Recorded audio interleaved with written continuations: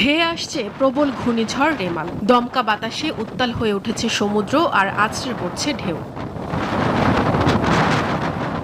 পটুয়াখালীর রাঙ্গাবালী উপজেলায় নদীর বাঁধ ভেঙে তলিয়ে গেছে বিভিন্ন এলাকা।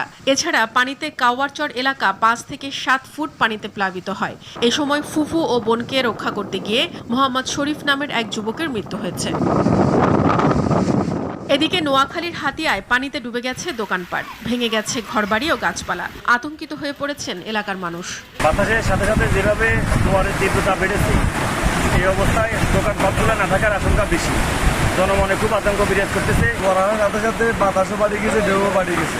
গাড়ি আমাদের দোকানপাট আসছিল, এগুলো কিছু দেখতে পাচ্ছি না, সব আমরা নিয়ে যাচ্ছি।